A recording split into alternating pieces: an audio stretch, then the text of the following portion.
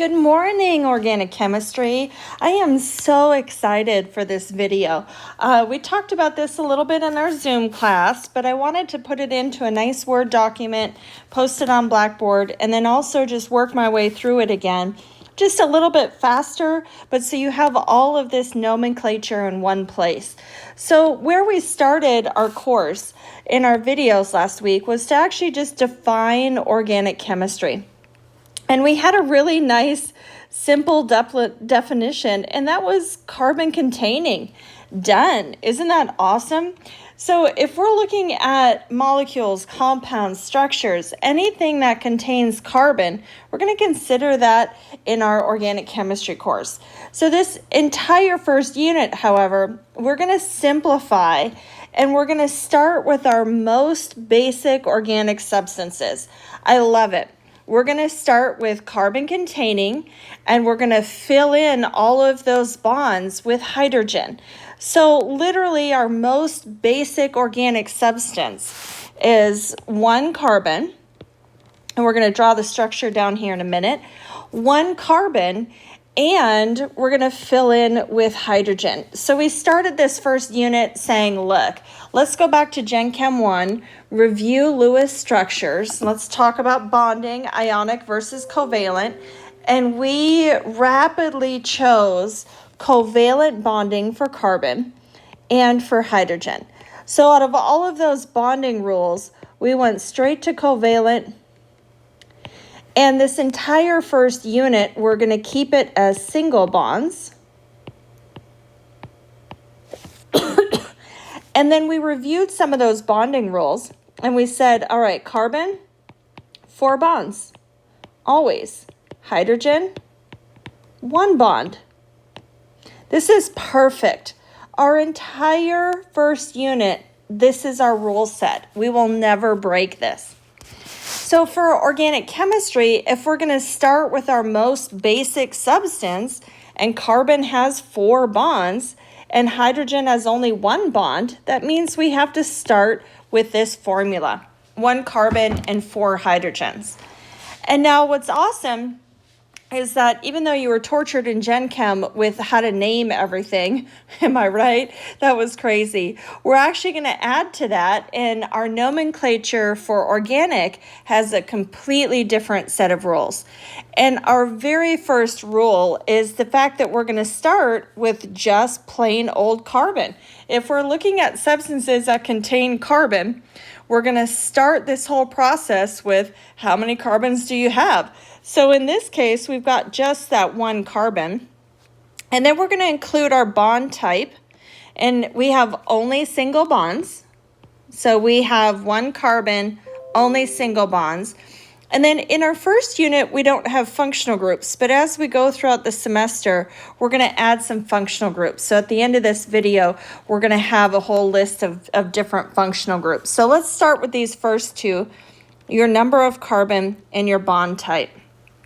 So if we take that CH4 and we all have single bonds, this is how we would have drawn this structure in Gen Chem 1. We would have simply drawn this Lewis structure. We would have attached everything, and then we would have been super excited. Yay, we got everything attached and we followed our bonding rules. We're going to add to that for organic chemistry. We're going to add a couple things. We're going to refresh on that shape and geometry. Do you remember those terms of hybridization and geometry? And you kind of stopped there in Gen Chem. You used a little table and you wrote out that this was sp3 tetrahedral, but you probably stopped there. Well, we're going to continue in this class, and we're going to take that shape and we're going to add it to everything that we're looking at, especially by the end of this unit and the rest of the semester, because we learned in our definition of organic chemistry, look, what makes an element that element is the number of protons. What gives an element its properties are the number of, or the outermost electrons.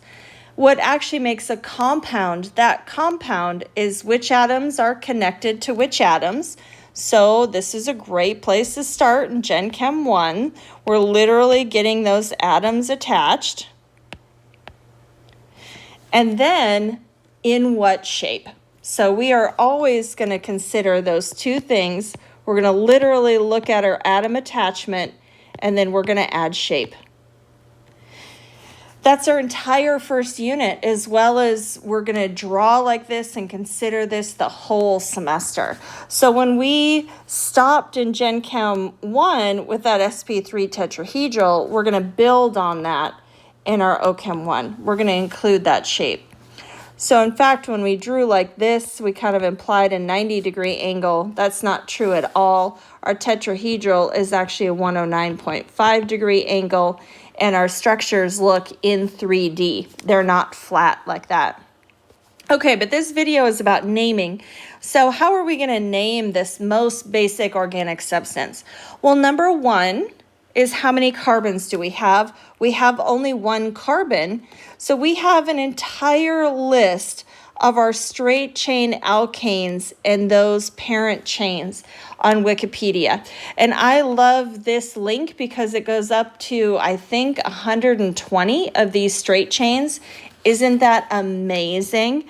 So you're going to need that for your cheat sheet. You're going to need that for resources in your exam. We're going to need that. That's where that name comes from. So if you look on that table, one carbon, that little prefix is meth. Okay, not crystal meth.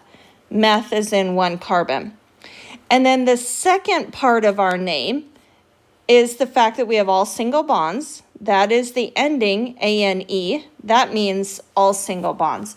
So this very first, most basic organic substance, that name tells us everything we need. We have one carbon.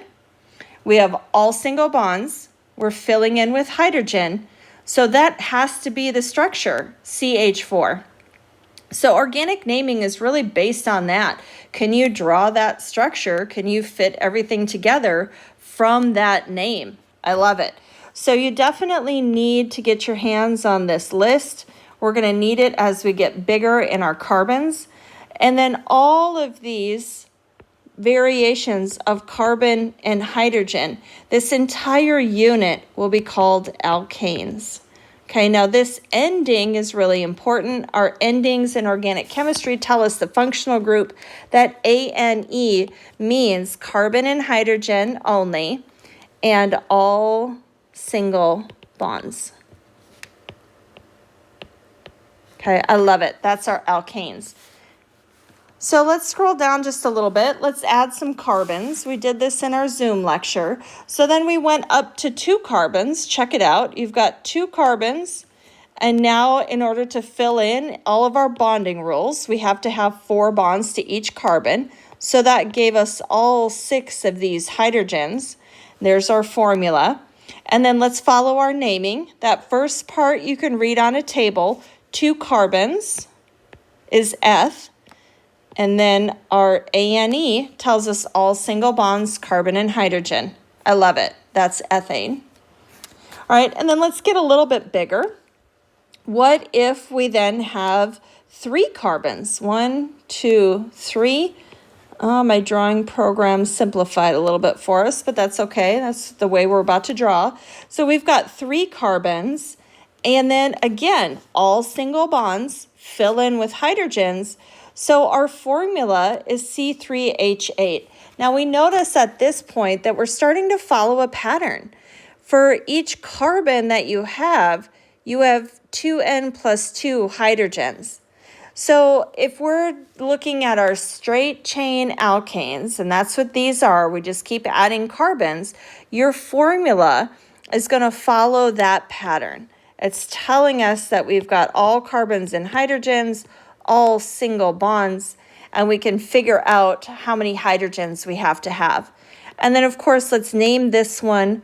Prop is for the 3 carbons, and then our ANE is still our all single bonds, carbon and hydrogen.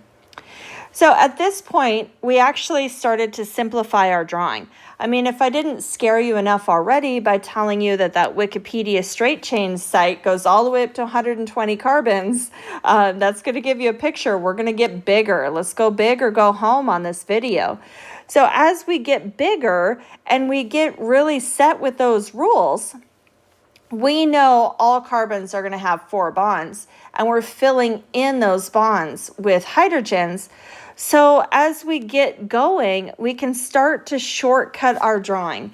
And our shortcut is important for 2 reasons. One, of course, it's just much easier to draw. We're not drawing all of those hydrogens. But 2, if we start to compare in our drawing, we actually can see our shape just a little bit better in this second type of drawing. Now, this drawing is often called our line bond drawing or a Kekule structure. Kekule is a name, so I'm going to capitalize it. And I'm giving you 2 links down here. This is sort of the story of Kekule. He will pop up again when we look at benzene at the end of the semester. And then also your online textbook has a whole little section on how to draw things.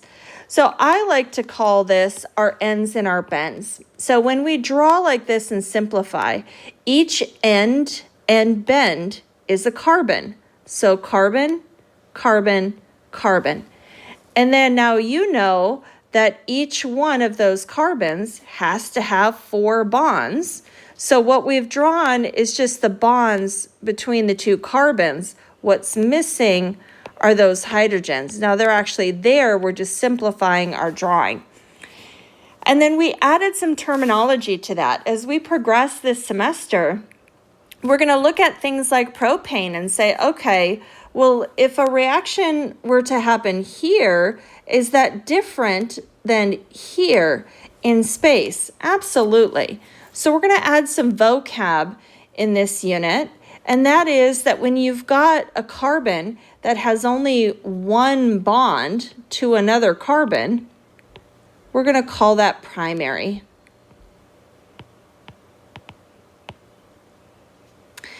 And then you guessed it, if you've got 2 bonds to carbons, that is secondary,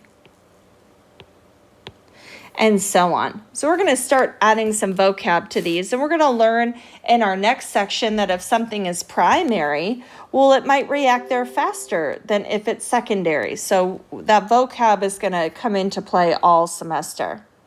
All right, I hope you're getting the hang of it. You get more carbons. We can kind of go up in our formula and keep adding. So what does your gut tell you if I add together 4 carbons? Here's my ends and my bends. Here's 4 carbons.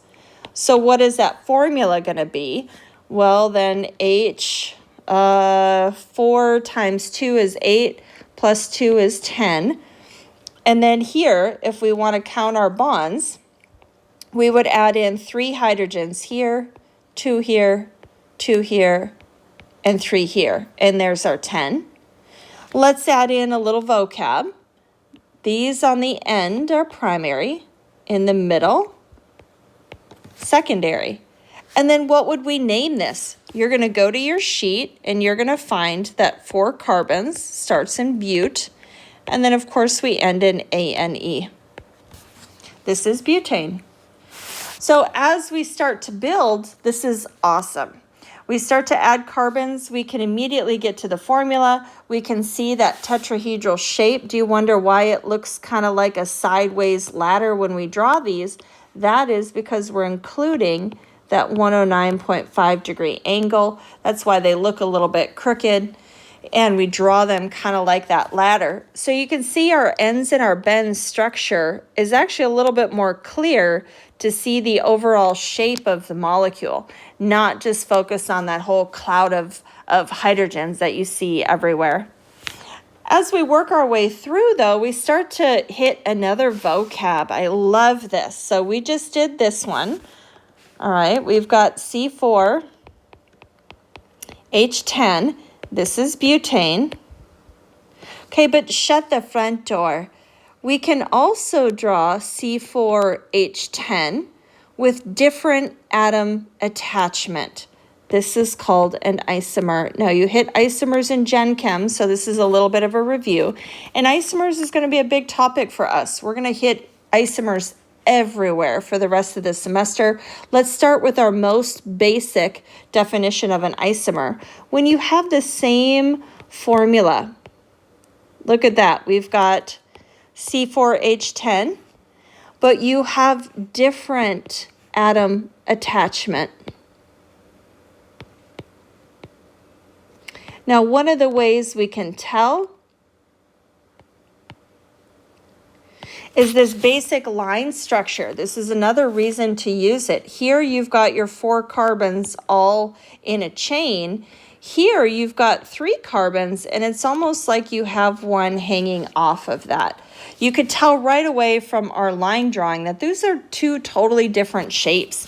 We could take one step further and add that these are primary, and this one right here, you guessed it, is tertiary. Okay, that tells you right there that those 2 structures have a different atom attachment. So then how in the Sam heck are we going to name that sucker? If you've got 4 carbons in a straight chain, we already named that as butane. What do we do to this? Okay, so the point of this video, and we might break this into 2 different videos, but the point of this video is to start to name all kinds of organic stuff. So let's start with the fact that these 2 are not the same. So they can't have the same name. If you have an isomer, it's got to have a different name. So we're going to start a whole running list of rules for our nomenclature. And that rule number 1 is that we're going to find what's called the parent chain. Our parent chain is our longest consecutive chain of carbons, and that is going to be the end of our name. So let's start here by finding our longest chain of carbons. Okay, how many carbons are in there? 3. So our parent chain then, you already know that name. It's propane. Done. Now the only difference between propane and this structure is you've got this extra carbon hanging off. That is called a side chain. So once you've identified your parent chain, we are going to figure out our side chains. Now that side chain has how many carbons? 1 carbon. Done. You already know the prefix for 1 carbon. Isn't that meth? We're going to put that out front. And how we tell our audience that that is hanging off of the parent chain, or that's a side chain, is we're going to end in YL. That's our side chain. Okay, I love it. So now this compound is methylpropane, and this compound is butane. 2 different names, 2 different structures, same formula. That is isomers. Now, as we get bigger with our number of carbons, you guessed it, shut the front door, we have more and more isomers. Now, another reason I love that Wikipedia list is it actually gives you your number of isomers for each formula. And it is not linear, it is logarithmic. So as we look at this one, let's just go into our practice real quick. We have a whole parent chain. How many carbons do we have there? All right, so that means this is pentane. I love it. Okay, now our naming rules are going to get bigger. We are going to add numbers. So let's add number 3. We are going to number, and we're going to number forward and backward. And we are going to put the smallest number with the first side chain. Okay, now the reason we have that 3rd rule is exactly this. How do you make organic chemistry hard? Number 1, you draw it funny. So look at these 2 compounds. Are they the same or are they different? This 3rd rule helps you figure out, are they the same or are they isomers? So let's name them. All right, let's start with this first one. Let's find our longest consecutive chain. I'm thinking 4 carbons there. I'm going to number, circle my side chain. I've got a methyl here. And if my longest chain is 4, what is that? That is butane. Okay. So now let's number forward. 1, 2, 3, 4. Our methyl is on number 2. So this would be 2-methyl butane. Now let's just double check. Let's number backwards. 1, 2, 3, 4. Okay, 2 is smaller than 3. So this is not 3-methylbutane, it's 2-methylbutane. So we just always double check that. Okay, so now let's compare it to this one. Our longest chain, that's 4 carbons. That is a butane. And then, let's number 1, 2, 3, 4. Okay, is this 3-methylbutane? No. Trick number 1, classic organic chemistry trick. Number it backwards. 1, 2, 3, 4. Smallest number wins. This is also 2-methylbutane. These compounds are the same. They are not isomers. So your naming can really help you with that. Okay, then how in the world would we name something like this? Now we've got more than one side chain on there. Well, how big is your parent chain? 1, 2, 3. So what's that? Propane. Okay, and then you've got 2 side chains hanging off of there. So that means you've got 2 methyls. We're going to use prefixes. So this would be a dimethyl. I love it. All right, now you need to practice right here. I went up, look it, we went up in our carbons, 1, 2, 3, 4, 5, 6. And look at how many more isomers we have. We have even more isomers. So you want to try and name these. Can you name them? All right, let me help you with one of them and let you try the others. So here's 1, 2, 3, 4. Let's go ahead and call that a butane. We've got 2 side chains. Let me number 1, 2, 3, 4. Okay, let's also go backwards. 1, 2, 3, 4. They're both the same, right? So we have a methyl on number 2 and a methyl on number 3. So we put our numbers out front. We have a 2 and a 3, and we have 2 methyls. And one of my most common questions that students ask me is, well, if I have the 2 and the 3, do I still need the di? Yes. Yes, you need both of those. And then you'll notice I'm using commas and dashes. When you're separating numbers, you use a comma. When you're separating a number and a letter, you use a dash.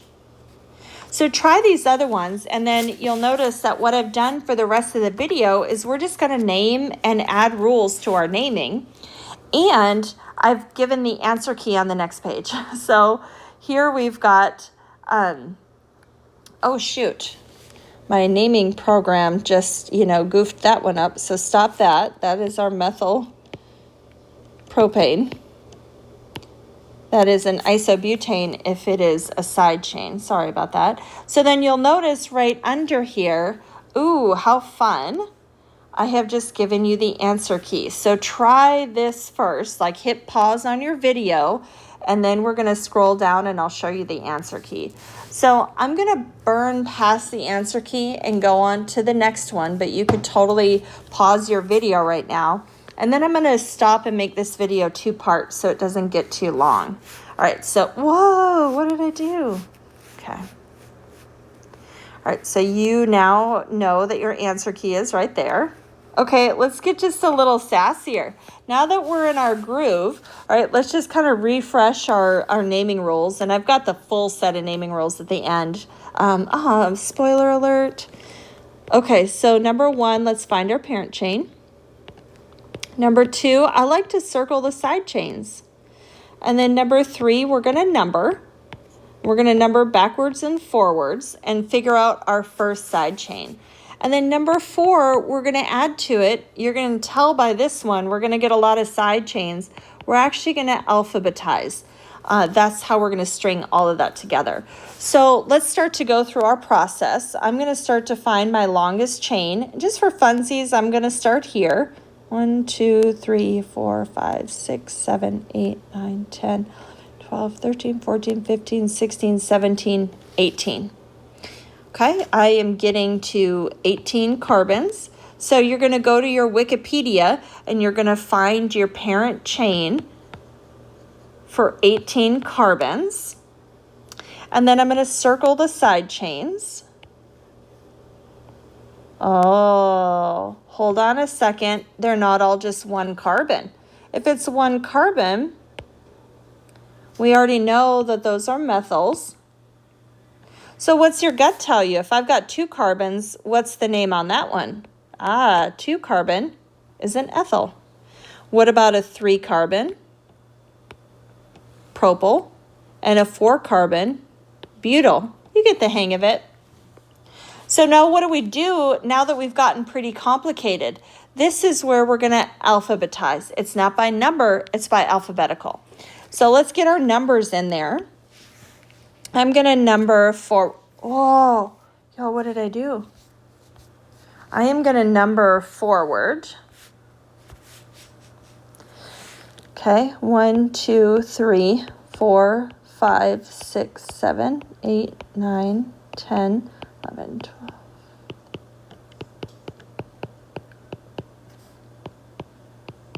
Okay. All right, awesome. So is this the number scheme we're going to use? My first side chain is on number 3. No. Remember, how do you make organic hard? You drop funny. In fact, this one's backwards. So if I number backwards, 1, 2, 3.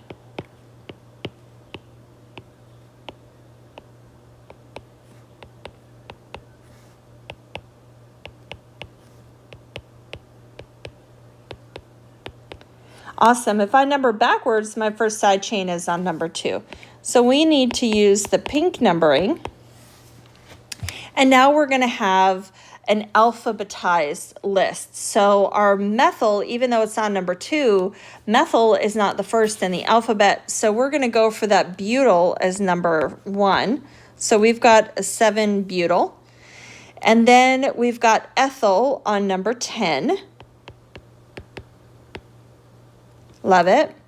And then propyl, LMNOP, nope, are methyls. So then we've got 2,16-dimethyl.